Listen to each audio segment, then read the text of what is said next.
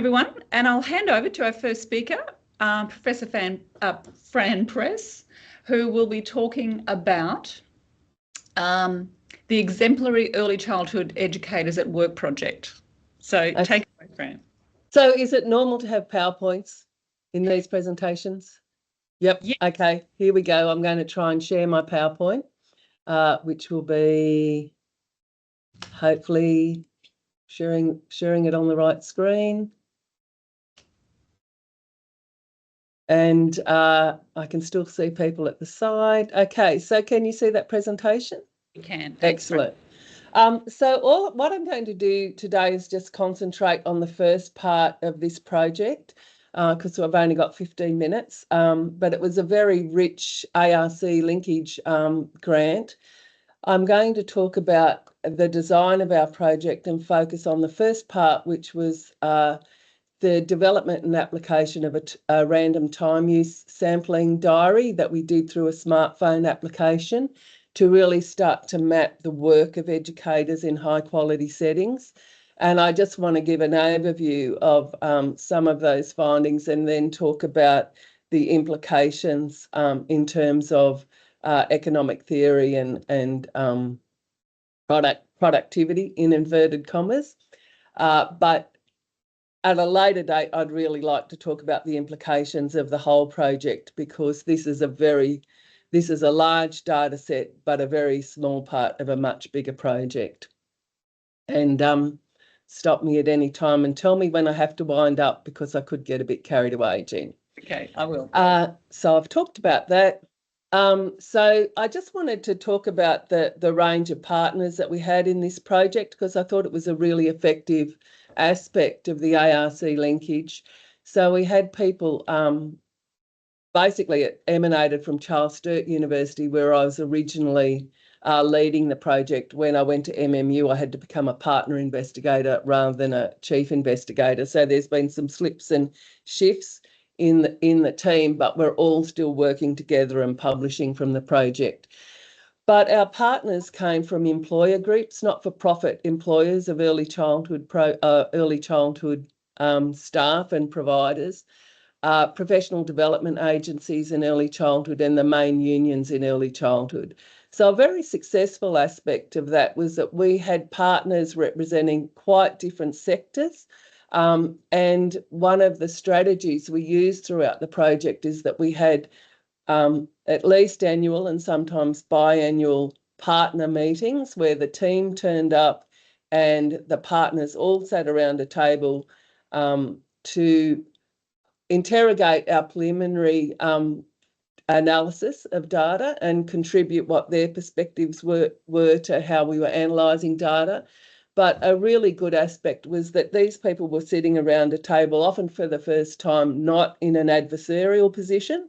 So they had a lot of very productive tangential conversations between them. And I thought that was a great outcome in itself. And we had a number of critical friends, and Michael Bittman is the key one for this project because he really helped us develop the time use application.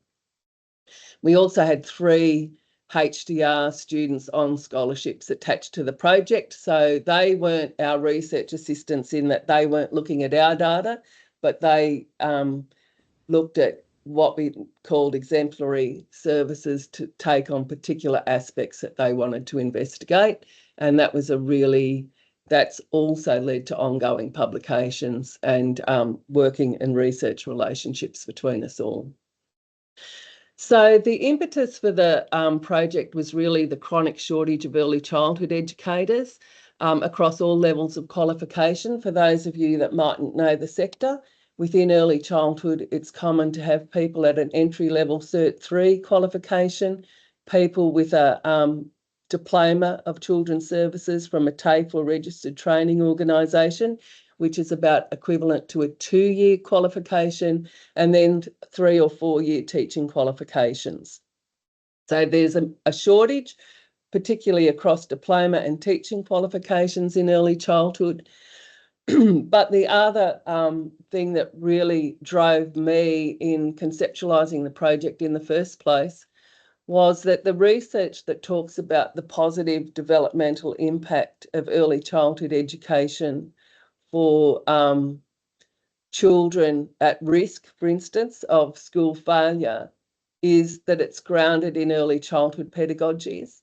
But we were facing an increasing colonisation of early childhood by school curriculum. So I wanted to talk back to that colonisation. Early childhood's very much focused on working with children and families and being very child-centred and knowing the individual children, less about syllabus. And the early years learning framework is quite different to curriculum frameworks in school. So we wanted to get a deeper insight into what early childhood educators actually did. And to do that, we had a three-phase design. The first one was what I'm going to talk about, the random time use diary. We then had focus groups within services, originally targeted to different levels of qualification. That changed, but that's a different story. And then we did intensive case studies within each service, shadowing people that were nominated as exemplary educators. So it's probably really important for me to talk about why we're using the term exemplary and the sample that we used. Early childhood programs for children under 5 are accredited by ACECQA, the Australian Children's Education and Care Quality Authority. And you have a number of rating levels, and we went up to services that had an exceeding rating in the quality areas, an overall rating of exceeding, but also in every, without going into the rating system, but there's various sub areas that are rateable. Every rateable sub area also had to be exceeding. So that meant we were really going into the top about 10% tranche of services rated under the Quality Authority. And we deliberately did that because we know that there's a huge range of quality within early childhood programs. We wanted to know what educators were doing in high quality programs because that's what makes a difference in terms of children's outcome over time. So one thing that we developed right at the start was this random time use diary, and it enabled us to look at the rhythm of staff stay within early childhood programs, but also what they did. And it's probably just worth talking a little bit about how we developed that smartphone app. So across the research team from different universities with people with expertise in early childhood, we sat around and we documented what we thought a day would look like for a typical early childhood educator from the moment they walked in the door to when they left at the end of the day. And we developed a list of things that we thought people did, and we coded those lists into specific domains. We then went into a number of services and asked educators to do a pen and paper time use diary about what they did throughout the day. And we then checked that against our taxonomy and made some modifications about that. We coded their pen and paper diary against the taxonomy, and then we developed a coding system. So we had 10 main domains and we had a number of sub-activities that were then put into a smartphone application. And we piloted that smartphone application in services and then had focus groups with those services to see if that smartphone app captured everything they did in the day, and it did. So it was a very interesting exercise. And I know that time use comes out of a kind of time and motion thing in manufacturing, so a lot of people are really suspicious about it. But interestingly, in these exercises, both with the smartphone app and the pen and paper applications, educators sort of went home at the end of the day and waved their diary in their family's face and said, "This is how busy I am all day. This is what my day looks like." So it really began to uncover the complexity of the work that early childhood staff were doing. And our time use expert Michael Bittman was really astounded when we started to get the information back from the time use. So these are the kind of 10 main domains that were identified, and against each main domain were 2 subclasses of activity. So the time use diary was actually on a phone. People loaded the app on their phone, and then at the end of every hour, they got a little buzz, or 3 times a day, not the end of every hour, 3 times a day, they got a little buzz. And if they had time then, they then swiped what they did for the last hour. And it looked at the main domain of activity, whether they were with other people or on their own, whether they were inside or outside the service, whether they were on an excursion, etc., how big the groups of children were, and what types of activities they were engaged in. And this was done in 6-minute blocks. 6 minutes is really the lowest you can go in a time use measuring activity. And the findings from this were really quite astounding, and educators sometimes wanted us to be able to record less than 6 minutes, which really talks about the amount of task switching that goes on with educators' time. So here we go. Pre-coded response options enabled activities to be recorded within 10 broad work domains. It was recorded in 6-minute blocks. You could record up to 2 sub-activities within those 6-minute blocks, and educators reported on their previous hour what work activities they did, where they were, and who they were with. And at the start, when people first loaded that data, that app on their phone, we gathered a lot of data about how long they'd worked in the sector, what age they were, what qualification they had, and how long they'd worked in that particular service. And at the end of every hour, they were also able to rate levels of stress and satisfaction for the work that they'd undertaken in the previous hour. And this gave us some really interesting findings that we're still looking at in relation to the whole study. So what we found is that regardless of qualification, level of qualification, all educators undertook all 10 domains of work activity. But what they did in that work activity did vary according to qualification and position. And that data we're still interrogating, because we're trying to disentangle what people at different levels of qualification actually did, the thought and thinking behind what they were doing, as opposed to if you walk into a childcare centre, you may not be able to differentiate the educator from the Cert 3 unless you spend a lot of time in there, because they all might be doing something like sitting down and reading to children or whatever. So it's kind of the intentional teaching that we're trying to pull out in the analysis we're doing now. But what we were able to show is that rapid changes of work activity and multitasking were very typical of early childhood educators' work. Nearly 50% of work activity occurred for 12 minutes or less, which meant there was a high level of task rotation across the educator's day. And this was reinforced when we did the focus groups. We asked focus groups to look at our initial findings, and they verified that what we found did actually describe what they did. And often this is because they're following the interests of children throughout the day. So it's not like they're in a classroom being taught by a teacher at the front of the room, but groups of children are changing, educators working with different groups of children, and they're changing what they're doing according to either need or interests of children.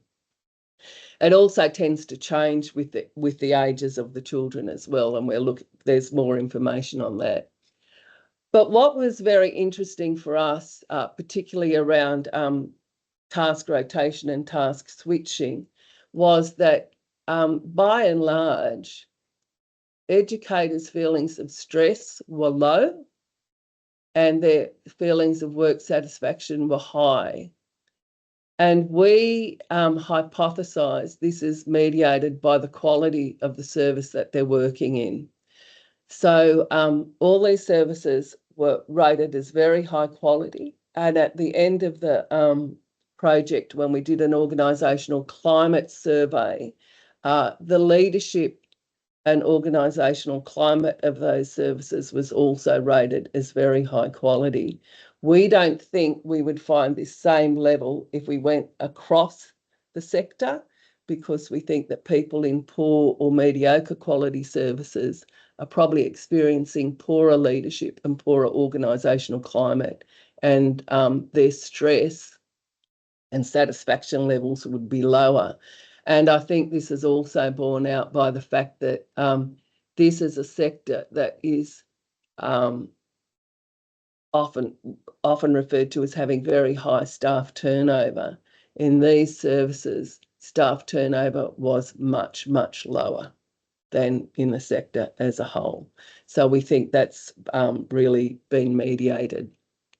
2 minutes, Fran. Okay, so I'll just talk about what we think. Our last paper, at the end of this, if you're sharing the slides, I've got a range of good readings about how we develop the time use and the time use aspects. But the last paper that we developed was looking at this level of task switching and multitasking and quality of service provision against typical economic theory about productivity, because one of the big policy pressures that early childhood programs face is how to reduce the cost, particularly of the provision of long day care.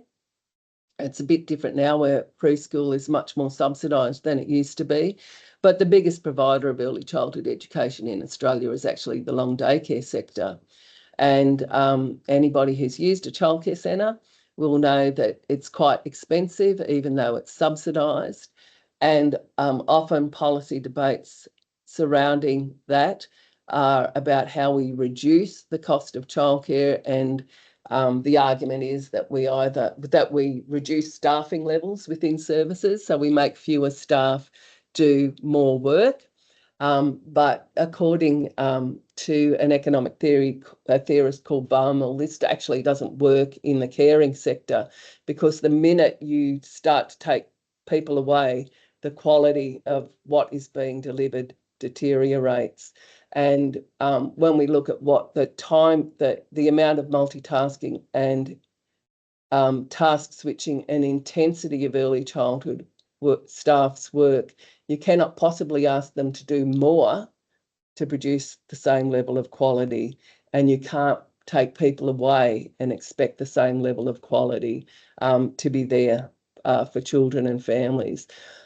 So it really speaks to this policy tension that recurs every few years and will possibly recur if we get a change of government, where governments tend to want to weaken the regulatory environment so that there's fewer numbers of staff to children, but then you don't get the outcomes that you expect from investment in early childhood education across the board in terms of redressing and mitigating disadvantage and adverse developmental and educational outcomes that children might be facing through any number of circumstances, which is why you want to invest in early childhood education in the first place.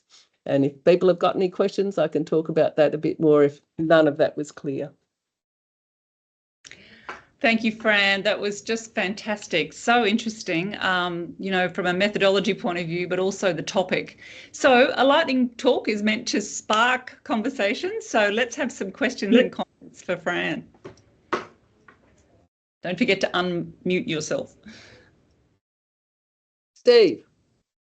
Yeah, Fran, could you talk a little bit about the differences observed between the Cert 3 qualified workers and those who had higher qualifications? Yes, so this is a bit of a point of tension. It's not so much between Cert 3, it's more between diploma qualified staff and teaching qualified staff. Yep. Often Cert 3 people They do see their role as assisting the diploma staff and the teaching staff within the service. They're very much driven when we look at we had a bit on the dispositions of educators working with children. They're very much driven by an ethics of care for children and families and helping out. Diploma qualified people tended to be more focused on the activity, the nature of what you're doing. So getting things done, I suppose, in a more competency-based way, setting up the outdoor area, those sorts of things. Teachers were much more focused on the nexus between theory and what children needed within the centre, and often provided much more reflective discourse in staff meetings, etc., about what should be driving the decisions, the curriculum decisions for children in the centre. But when you walk into a centre, you can't see that.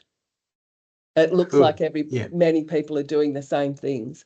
And this, I think, is something that we're trying to write more about. We've got a lot of data that we haven't even interrogated yet. But one of the papers we're currently working on is really trying to highlight what it is that teachers are doing that is often not seen but drives many of the curriculum decisions of the centre. Cool. Does Thank that you. help? Yes, it does. That's good. Great. Any more questions or comments? Jennifer has a comment in the chat.